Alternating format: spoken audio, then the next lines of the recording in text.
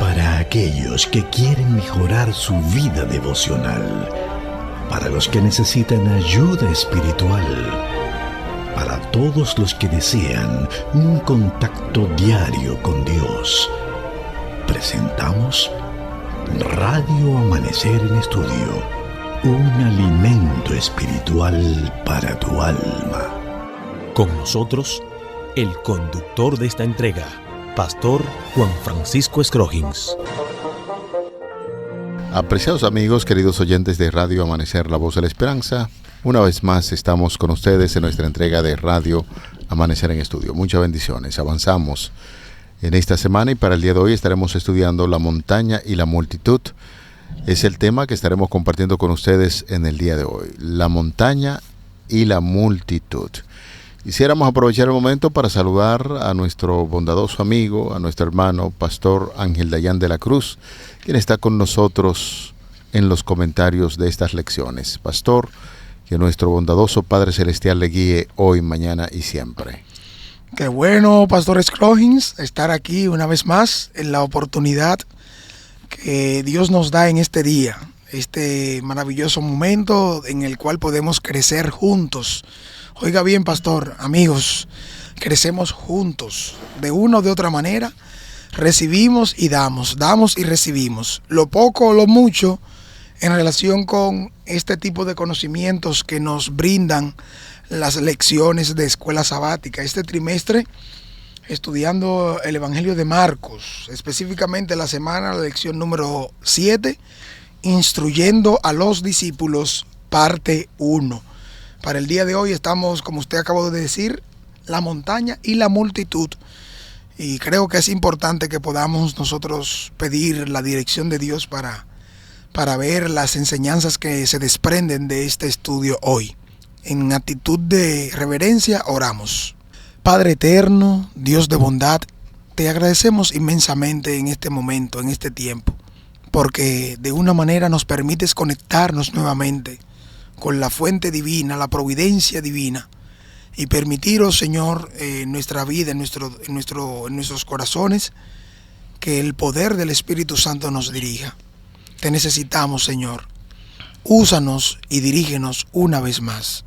En el nombre de Jesús. Amén. Amén. Vamos al texto bíblico de inmediato para hacer los comentarios a esta lección, la montaña y la multitud. Pastor, vamos a leer conjuntamente en el Evangelio de Marcos capítulo 9, los versículos del 1 al 13. Voy a leer hasta el versículo 6 y usted completa la lectura del 7 en adelante. Allí se nos dice lo siguiente. También les dijo: de cierto os digo que hay algunos de los que están aquí que no gustarán la muerte hasta que hayan visto el reino de Dios venido con poder. 6 días después, Jesús tomó a Pedro, a Jacobo y a Juan y los llevó aparte solos a un monte alto y se transfiguró delante de ellos. Y sus vestidos se volvían resplandecientes, muy blancos como la nieve, tanto que ningún lavador en la tierra lo puede hacer tan blancos. Les apareció Elías con Moisés, que hablaban con Jesús. Entonces Pedro dijo a Jesús: Maestro, bueno es para nosotros que estemos aquí y hagamos 3 enramadas, una para ti, otra para Moisés y otra para Elías, porque no sabía lo que hablaba, pues estaban espantados. Entonces vino una nube que les hizo sombra, y desde la nube una voz que decía: Este es mi Hijo amado, a este oíd. Y luego, cuando miraron, no vieron a nadie más con ellos, sino a Jesús solo. Mientras descendían del monte, les mandó que a nadie dijeran lo que habían visto hasta que el Hijo del Hombre hubiera resucitado de los muertos. Por eso guardaron la palabra entre sí, discutiendo qué sería aquello de resucitar de los muertos. Y le preguntaron, diciendo: ¿por qué dicen los escribas que es necesario que Elías venga primero? Respondiendo él, les dijo: Elías a la verdad vendrá primero y restaurará todas las cosas. Pero ¿no dice la Escritura que el Hijo del Hombre debe padecer mucho y ser despreciado? Pero os digo que Elías ya vino y le hicieron todo lo que quisieron, como está escrito de él. Pastor, sería bueno que nos concentremos en la primera parte del texto que acabamos de compartir, de Marcos 9, 1 al 13. Hay una situación bastante interesante aquí, tiene que ver con la declaración del mismo Señor Jesucristo, cuando dice: de cierto hay algunos de los que están aquí, es decir, los discípulos estaban ahí en esa reunión con Cristo, y uno debe suponer que otras personas estaban allí, que no gustarán la muerte hasta que hayan visto el reino de Dios venido con poder. Algunos lo traducen como cuando el reino de los cielos venga o cuando Cristo venga. Algunos de los que están allí presentes pues no morirán sin antes ver eso. Y entonces es cuando llama la atención que 6 días después tomó a Pedro, a Jacobo y a Juan y los llevó aparte solos a un monte alto y se transfiguró delante de ellos, y sus vestidos se volvieron resplandecientes, muy blancos como la nieve, tanto que ningún lavador en la tierra los puede hacer tan blancos. Han llegado a tener una gran inquietud. ¿Y cómo es esto? ¿Será acaso que algunos de los discípulos estarían allí para ver el reino de Dios llegar? De hecho, el reino de Dios es presente con la presencia de Jesús en la tierra, pero es un reino futuro cuando Él se manifieste por segunda vez, y algunos han llegado a pensar que Jesús se estaba refiriendo a su segunda venida. ¿Cómo nosotros podemos entender este texto bíblico y cómo, si Jesús murió y después murieron sus discípulos y Jesús no vino en tiempo de los discípulos de Cristo cuando Él hace esa afirmación? Jesús había dicho a sus discípulos claramente que algunos no gustarían la muerte antes de ver llegar el reino de Dios con poder. Y de una manera muy específica entendemos, por lo mismo que dijo Jesús y lo que confirma Elena White en su libro Primeros Escritos, página 164, que esto tuvo cumplimiento en ocasión de la transfiguración de Jesucristo. Porque en un estado de gloria, Elías, que representa a aquellos que verían el reino de Dios sin ver la muerte, y Moisés, que representa a aquellos que murieron y resucitaron. El estado de gloria de Jesús, este elemento representativo que vemos con los participantes, es también lo que Elena White dice que esto se cumplió en este momento de la transfiguración de Jesús. Y esto con ellos, que identifica tanto a Pedro, a Juan y a Jacobo, participaron de este momento, de esta escena majestuosa, que es la que lleva a Pedro a decir: qué bueno que estamos aquí. Por eso es que hay que hablar que el círculo íntimo de Jesús, esos 3 discípulos, que eran esos 3 discípulos, pudieron contemplar esa declaración que Cristo había dicho días antes. En el monte de la transfiguración se cumplió.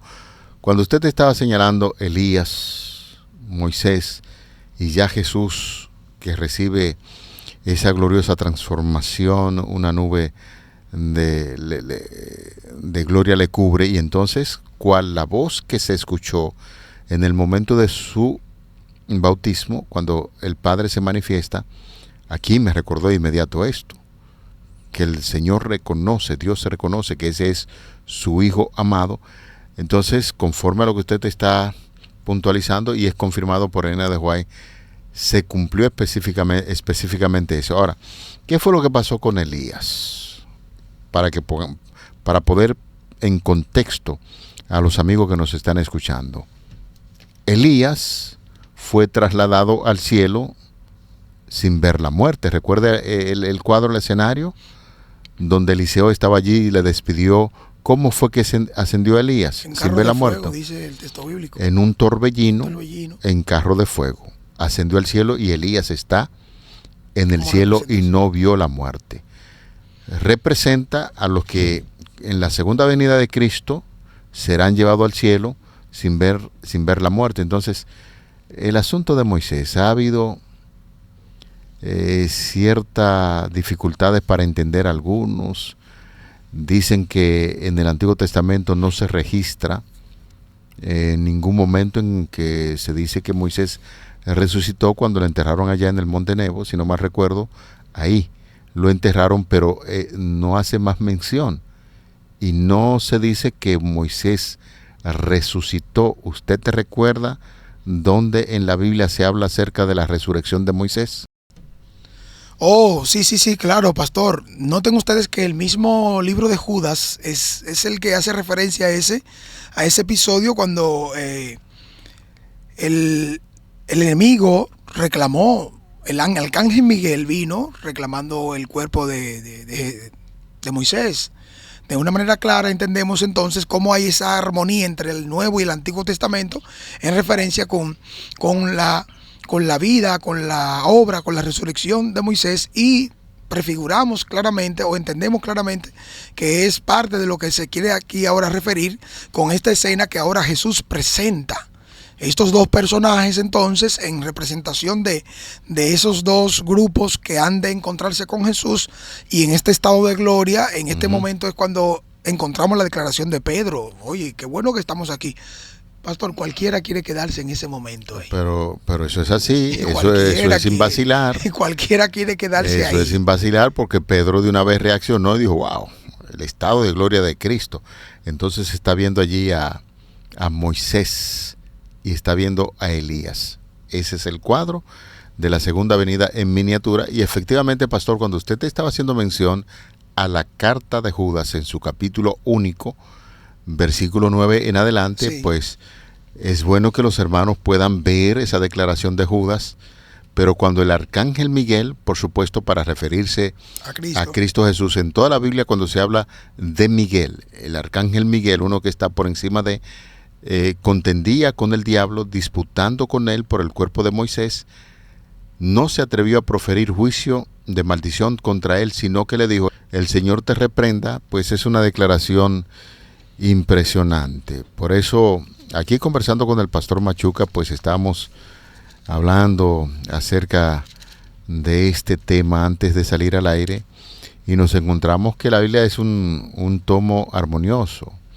Hay una conexión entre lo que se escribe del Antiguo Testamento, y algunos han dicho, el Antiguo Testamento lo que está profetizando acerca de la obra de Jesús, y efectivamente ahí en Judas 9, capítulo 1, versículo 9, encontramos que ciertamente Moisés, aunque murió, el mismo Señor Jesucristo, Miguel, en el Nuevo Testamento y en el Antiguo Testamento, Jehová de los ejércitos, pues el mismo Señor Jesús le resucitó, y por eso hablamos de un Moisés resucitado en representación de los que mueren en Cristo Jesús y un día serán resucitados. Y ya usted puntualizó, el Hijo de Dios, Cristo glorificado, pues ahí en miniatura dice el comentario de Elena de White que eso simboliza la pronta venida de Jesús a esta tierra, o la venida de Jesús a esta tierra.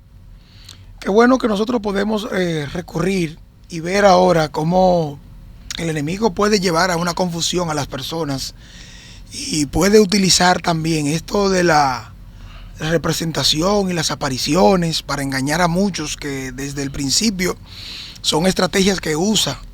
Por eso ustedes van a ver este tipo de práctica. Y miren cómo ahora el conflicto de los siglos, página 506 y 507, nos dicen que el poder y la malignidad de Satanás y de su hueste podrían alarmarnos con razón si no fuera por el apoyo y la salvación que podemos encontrar en el poder superior de nuestro Redentor. Proveemos cuidadosamente nuestras casas con cerrojos y candados para proteger nuestros bienes y nuestras vidas contra los malvados, pero rara vez pensamos en los ángeles malos que tratan continuamente de llegar hasta nosotros y contra cuyos ataques no contamos en nuestras propias fuerzas con ningún medio eficaz de defensa. Si se les dejara, nos trastornarían la razón, nos desquiciarían y torturarían el cuerpo, destruirían nuestras propiedades y nuestras vidas. solo se deleitan en el mal y en la destrucción. Pero los que siguen a Cristo están siempre seguros bajo su protección. Ángeles de gran poder son enviados del cielo para ampararlos. El maligno no puede forzar la guardia con que Dios tiene rodeado a su pueblo. Es importante este énfasis que hacemos, porque en medio de todo esto el enemigo trata de confundir, pero qué bueno es tener luz a partir de la palabra escrita. Entre todo lo que se ha obrado, lo que ha pasado, tanto en el momento de la transfiguración como también la multitud, necesitamos ver que Dios es quien viene aclarando y uniendo todo para que el pueblo lo pueda entender.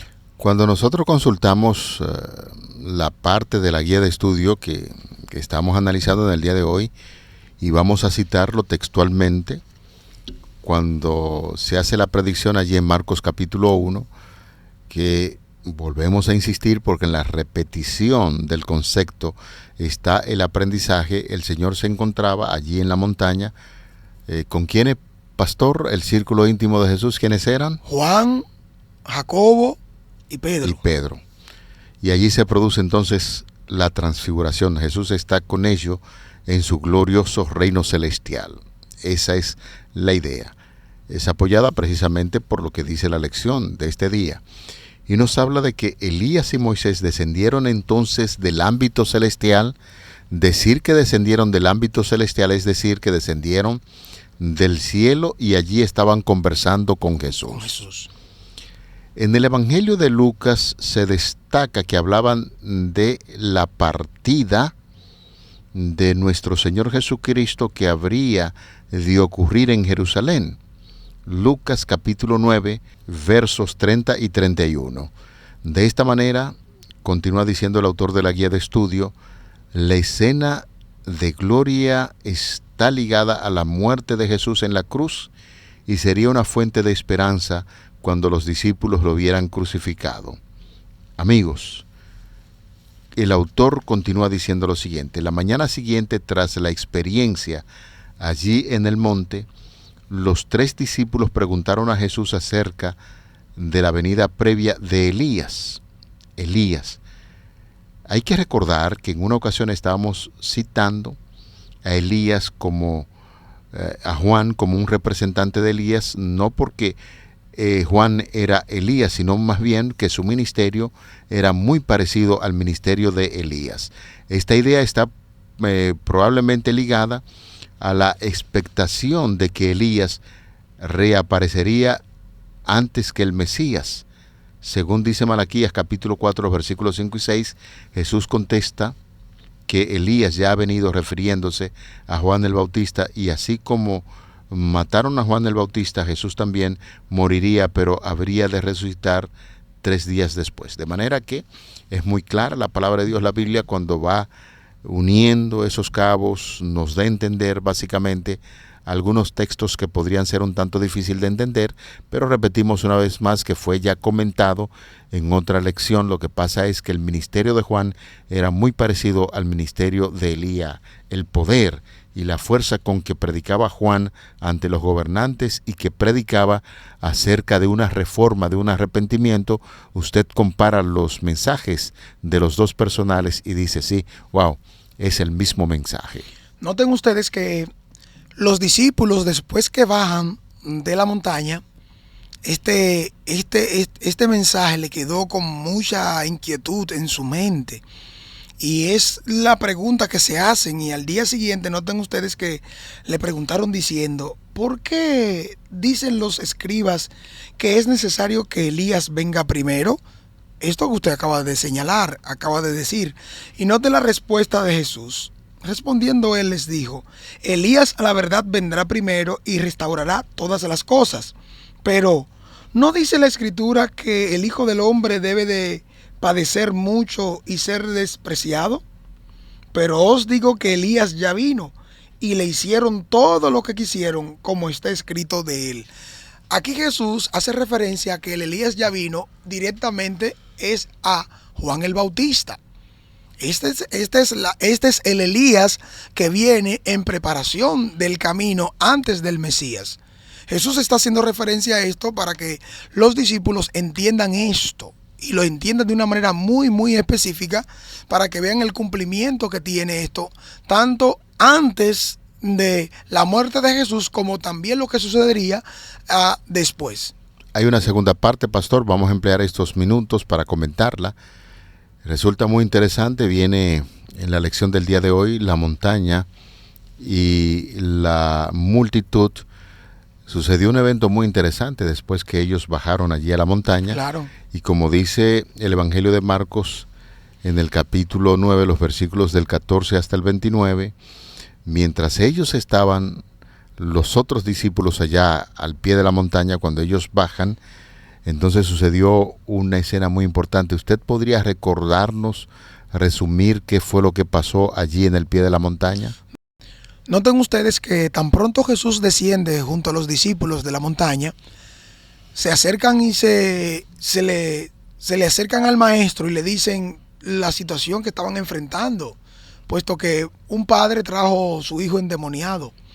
Y no podían lidiar con la situación, sino que ahora se mantiene este cuadro difícil, problemático, y no salir a camino con ella es grave la cosa. Y pensar porque que los hombres de fe que andan con Jesucristo. Claro, los hijos de Dios, gente que se han instruido a los pies de Cristo, y entonces ese cuadro dantesco, feo, de un muchacho echando espuma por la boca, quizás diciendo cosas donde hay manifestación de demonio, es un asunto muy triste.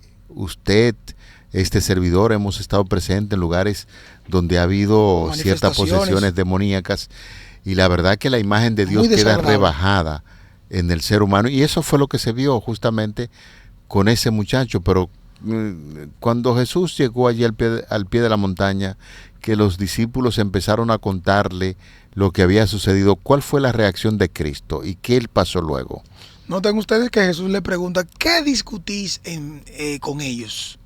Realmente el problema es lo que lleva a las personas ahora a envolverse en una situación que no pueden salir a camino con ella. Y cuando ven a Jesús, la resolución que encontramos con Jesús es realmente que hombres de poca fe, la duda, la falta de confianza en el Señor y depender de Dios de la manera correcta como Él nos envía, estar divididos, estar envueltos en este tipo de problemática, de concentrarnos y desenfocarnos de Cristo, es lo que nos lleva a fracasar en el comportamiento que podemos tener. En esta situación, Jesús, cuando empieza a conversar con el Padre, lo traje a tus discípulos, no pudieron sacarlo, parece que hay falta de fe ahí en los discípulos, y Jesús lo aborda y le dice, ¿y tú qué piensas? El Padre se dio cuenta que no había mucha fe en él. No sé, tengo poca fe, pero ayuda a mi incredulidad. Ayuda a mi incredulidad. Y entonces, ahí hay una situación que hay que pensarla muy bien. Un muchacho poseído de demonio, el padre no tiene mucha fe, trae a los discípulos, que los discípulos estaban empeñados a otra cosa, de la cual nosotros estaremos conversando ya mañana, y ahí hubo una sinceridad muy importante del padre, donde dijo, ayuda a mi incredulidad, aumenta mi fe. Y entonces es cuando Jesús ve que hay el deseo intenso del Padre para que se produzca el milagro, y se recompensó esa fe y la declaración luego de fe aún mayor que dio el Padre, y el Hijo recibió la cura. Usted puede notar, amigo y hermano, Pastor Scroggins, que no solo era el problema de tener un hijo endemoniado, sino que prontamente se dio cuenta que había otra situación, y es que él no creía del todo. Entonces, por lo tanto, cada uno de nosotros, al vernos en condiciones similares, las situaciones difíciles, pastor, amigos y hermanos, son las que ponen de manifiesto nuestra condición en la que nos encontramos en el momento. Lo que estamos enfrentando es lo que saca de nosotros todo lo que hay. Buscarle solución al pecado, buscarle solución a la enfermedad, buscarle solución a nuestros problemas interpersonales, fuera de la esfera de Jesucristo, como yo lo entiendo, como yo lo creo, como yo puedo, lo que hace es que nos divide, disminuye la fe y la confianza que podemos tener en el Señor Jesucristo, y nos hace concentrarnos en otras cosas que para nada nos traerá buen resultado, De ahí es lo importante que en este momento nosotros podamos reflexionar seriamente en esas situaciones difíciles que nos tocan enfrentar, cómo las estamos resolviendo, cómo las estamos enfrentando. Muchos podremos ver eso, pero ahora cuando nos toca la decisión a nosotros, Jesús nos pregunta, ¿y tú qué crees? Definitivamente. Yo creo que es una pregunta clave la que el Señor nos hace. Si puedes algo, ayúdanos teniendo misericordia de nosotros. Así es. ¿Cuántas personas en la actualidad quieren algún milagro, alguna intervención de Cristo en los asuntos humanos? Personas que están enfermas, muchos que están poseídos por demonio. Hay otros que tienen la sinceridad y quieren entregar la vida a Cristo, pero le falta la fe necesaria. Y es la pregunta, ¿cómo anda tu fe? Jesús le pregunta, ¿cómo anda tu fe? Señor, si fuéramos sinceros con Él y le dijésemos, como dijo aquel padre, Señor, no anda muy buena, pero aumenta mi fe porque yo creo que tú puedes hacerlo. Amén. Se produciría en este momento, en el día de hoy, un milagro. De manera que la lección del día de hoy, sobre lo que hemos estudiado del tema, la montaña y la multitud, nos está hablando de un Cristo maravilloso, que Dios vuelve a recomendarlo. Este es mi Hijo amado. Aumenta la fe de los discípulos. Sabemos que el reino de Dios muy pronto se ha de establecer, y mientras estamos en esta tierra, somos asediados y atacados por el enemigo, por el diablo. A veces tenemos posesiones, pero Dios tiene autoridad a través de Jesús de esos demonios, y hoy nos invita a creer plenamente en que Dios puede librarnos de la esclavitud del pecado. Así es, estamos disponibles para que el poder de Dios siga guiando nuestras vidas, y abrimos nuestras mentes y nos dejamos influenciar, dirigir por el poder del Espíritu Santo para que Él tenga la preeminencia en nuestras vidas. Oramos. Padre bueno y Dios de misericordia, te pedimos perdón por nuestra poca fe. Nuestras debilidades, vicisitudes y problemas de la vida son los que ponen de manifiesto lo que tenemos dentro, lo que creemos, o el nivel de fe y confianza que tenemos en ti. Si la duda se ha apoderado de nosotros, si las situaciones difíciles han ahogado nuestra fe o nos han desviado del camino correcto, Señor, en este momento te pedimos que nos perdones. Mira hacia adentro de nosotros, mira lo que hay y realmente perdona, restaura, regenera y aumenta nuestra débil fe. Ayúdanos a depender más de ti cada día, a poner en ti nuestra confianza en cada momento. Y cuando venga la inclemencia del tiempo, las situaciones difíciles, ayúdanos a mantener nuestra confianza en ti, Señor. Gracias por ayudarnos, gracias por escucharnos. En el nombre de Jesús. Amén. Amén. Para aquellos que quieren mejorar su vida devocional, para los que necesitan ayuda espiritual, para todos los que desean un contacto diario con Dios, hemos presentado Radio Amanecer en Estudio, un alimento espiritual para tu alma.